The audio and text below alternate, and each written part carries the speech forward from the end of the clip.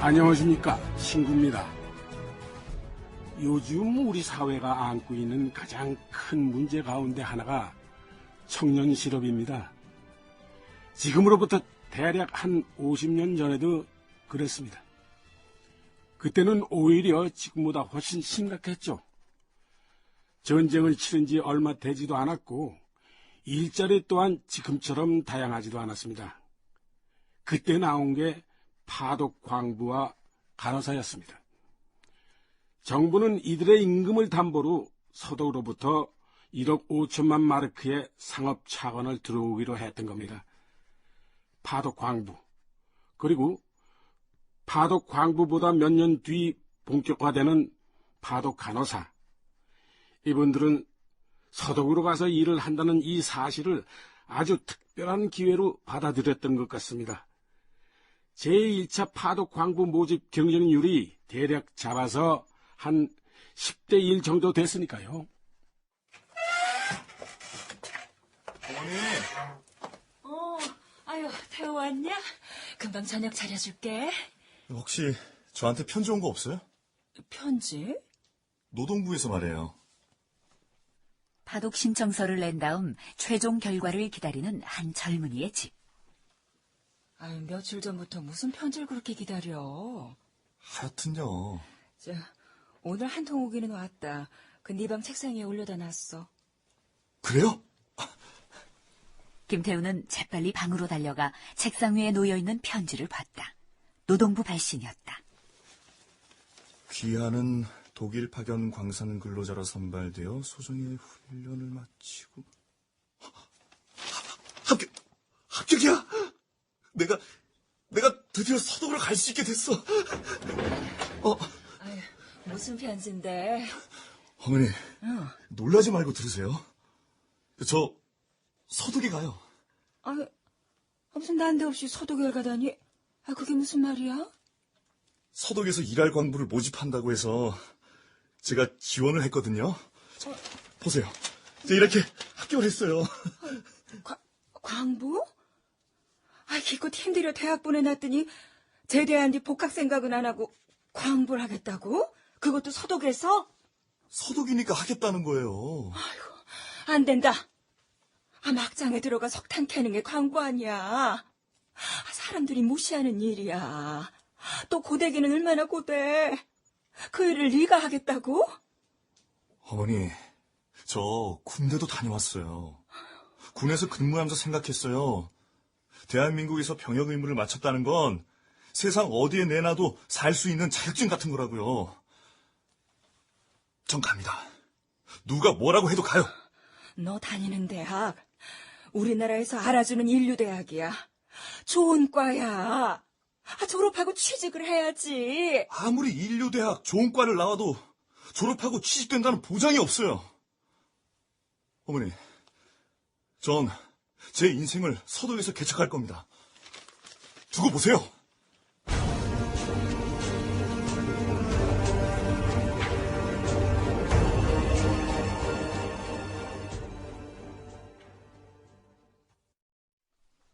파독 광부 모집과 선발이 한창 진행되던 1963년 그해 말, 대한민국은 격변의 세월을 맞고 있었다. 오늘 역사적으로 제3공화국이 탄생되는 이날, 평년보다 푸근한 날씨, 때 아닌 보슬비가 이곳 식장을 덮고 있습니다. 다음은 제5대 대한민국 대통령 박정희 씨의 선서가 있겠습니다. 박정희 대통령 정면한상 마이크 앞에 나왔습니다.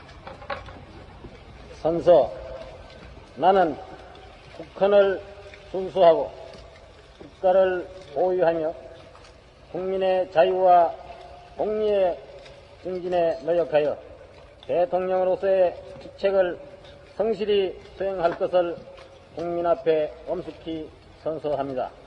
1963년 12월 17일 대통령 박정희.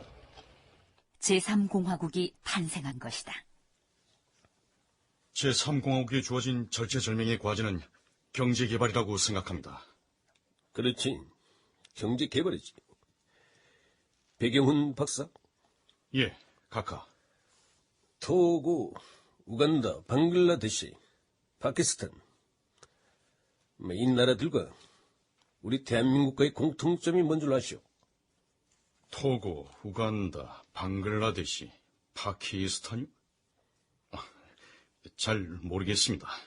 우리나라하고 경제 규모가 비슷한 나라들이요. 세계 최하위권의 후진국.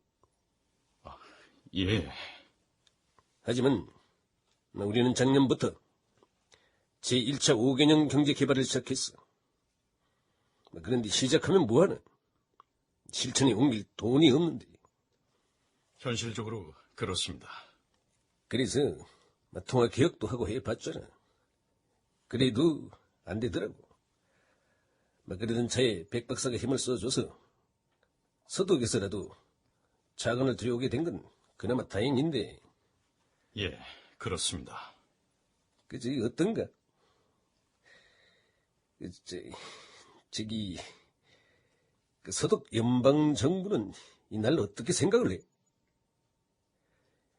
인자는 서독에서 박사를 했고 그 인연으로다 서독 정부의 친구들이 많잖아. 각하에 대해서는 그게 지난달 미 케네디 대통령이 암살당하고 존슨 정부가 들어섰지만은 큰 틀에서 케네디 정부와 다르지가 않아.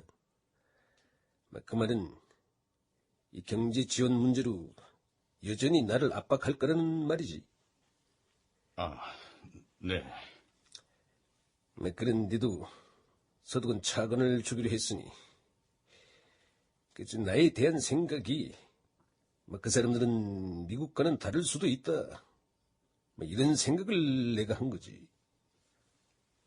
이번에 파독되어 독일로 가는 우리 광부들이 어떻게 일을 하고 소독사회에서 어떤 평가를 받는가 하는 문제는 앞으로 한독 간의 관계에 중요한 영향을 미치게 될 겁니다. 이 사람 날 어떻게 생각하냐고 묻는데 이 교묘하게 이 말을 돌리네. 응? 그저 언제 한번 말이야. 내가 서독을 방문할 수 있었으면 참 좋겠는데.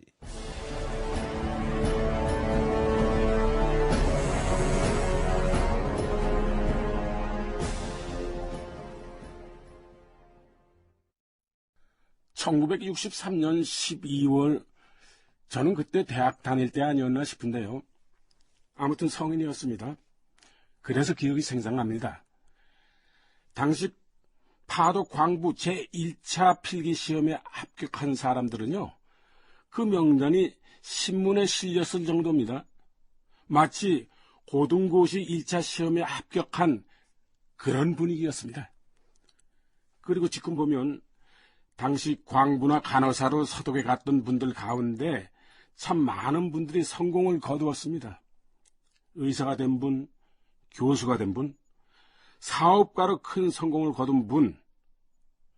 그런데 생각해보면요, 그러면 과연 서독이 이분들에게 기회의 땅이기만 했을까요? 전 아니라고 봅니다. 낯선 나라 지하 막장에서 광부로 일하면서 이분들 얼마나 노력을 했겠습니까?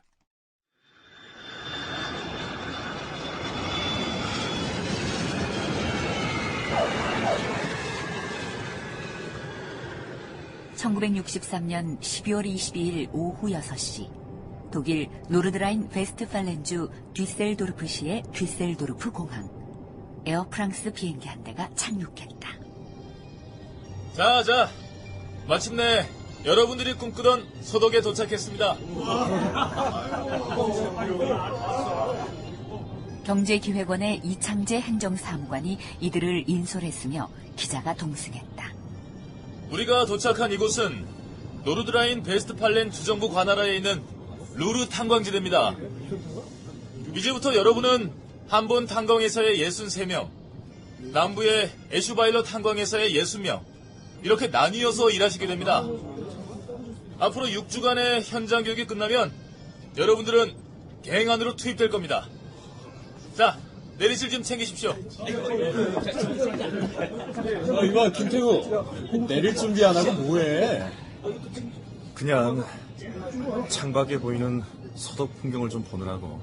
어디? 캄캄해서 잘 안 보이는데? 뭘 봐? 그래도 잘 보면 보여. 반듯반듯한 건물과 불빛. 이래서 선진국이라고 하나 봐. 한편 비행기 한 켠에서는 신문사 기자가 이들을 취재하고 있었는데 김 기자님. 예. 어떻습니까? 북극 항로를 거쳐 16시간 날아왔는데 여기까지 오시는 동안 취재 많이 하셨습니까? 좀 했습니다. 그런데 이분들 지하 막장에 일하러 온 분들 같지가 않네요. 보십시오. 양복 차림에 하나같이 머리엔 포마드를 발라 멋을 냈습니다. 목에 카메라를 맨 사람도 보이네요. 첫 보기에는 어디 관광을 온 분들 같습니다. 저 설레는 표정들 하며. 지금은 이렇게 설레지만 그러나 앞으로 고생길이 훤한 분들입니다. 제 마음이 다 짠합니다. 우리 조국이 못 살지만 않았어도 이역만리 이 먼 곳까지 와서 고생하지 않아도 될 분들인데. 그러게 말입니다. 자, 이제 우리도 내려야죠. 그럴까요? 당시 파독광부 일진이 서독에 도착한 소식은 언론을 통해 보도됐다. 이들에 대한 국민들의 관심이 어땠는지를 미루어 짐작할 수 있는 대목이다. 1963년 12월 23일자 경향신문이다. 대한민국이 파견한 광부 중 일진에 해당하는 123명이 목적지에 도착하였다. 그리고 이진 126명 역시 이곳 목적지에 도착하는 대로 서독의 2개 탄광에 배치될 것이다.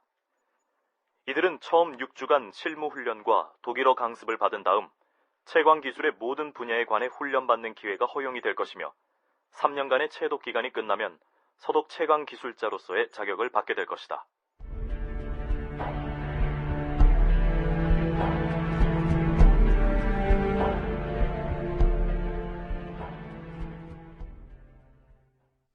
(1964년) 초 제1차 파독 광부들이 서독으로 온 이후 얼마간의 시간이 흘렀다. 비슷한 시기에 함께 온 다른 나라 광부들은 탄광의 갱안으로 투입되기 시작한 데 비해 한국 광부들은 여전히 대기 상태였다. 이상한 일이었다. 아따, 김현. 파평. 그거 봤는가? 오늘 아침에 봤더니 특히 친구들도 갱도 안으로 투입되기 시작한 모양이여. 장비랑 다 갖추고 출근을 하더란께. 그러게. 왜 우리만 계속 대기시키는 거지? 도무지 알 수가 없는 일이네. 그뿐이단가? 어디 다니지 말고 딱 우리 숙소 안에만 있으라고 한다면서. 매치. 자네가 한번 알아보겠는가? 내가? 자네는 그래도 저 가방끈도 나보다는 길고 독일어도 곧잘 하자뇨. 왜 우리 한국 광부들은 갱안에 입도를 안 시키는지 그걸 좀 알아보란 말이여. 회사에 물어보면 되나? 그러지. 싸게 좀 알아봐가지고 갱안으로 보내달라고 해보란 게. 아따, 이젠 좀이 쑤셔줘. 죽겠구만. 알았네. 내가 한번 물어보지.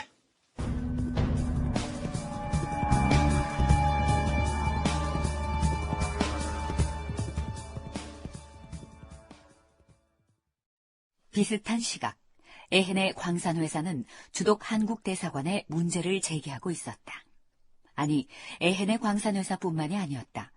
노르드라인 베스트팔렌주의 아헨, 듀스부르크, 에센, 카스트롭 라욱셀 등 모든 탄광회사에서 같은 문제로 주독 한국대사관을 찾았던 것이다.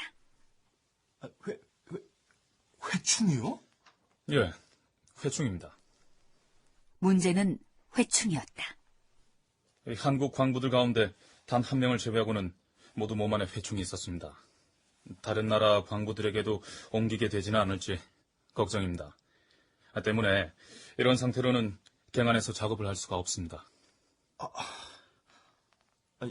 한국에서 신체 검사를 했을 텐데요. 제대로 안 한 모양이죠. 우리가 한국 광부들을 대상으로 따로 신체 검사하지 않았다면 어떻게 됐겠습니까? 정말 모든 사람이 모든 사람이라고는 하지 않았습니다. 회충이 없는 사람이 단 한 명 있었습니다. 그 사람이 누굽니까? 누군지 이름을 파악해서 알려드리겠습니다. 그런데 만일 회충 문제가 해결되지 않으면 우린 한국 광부들에게 일을 시킬 수 없습니다.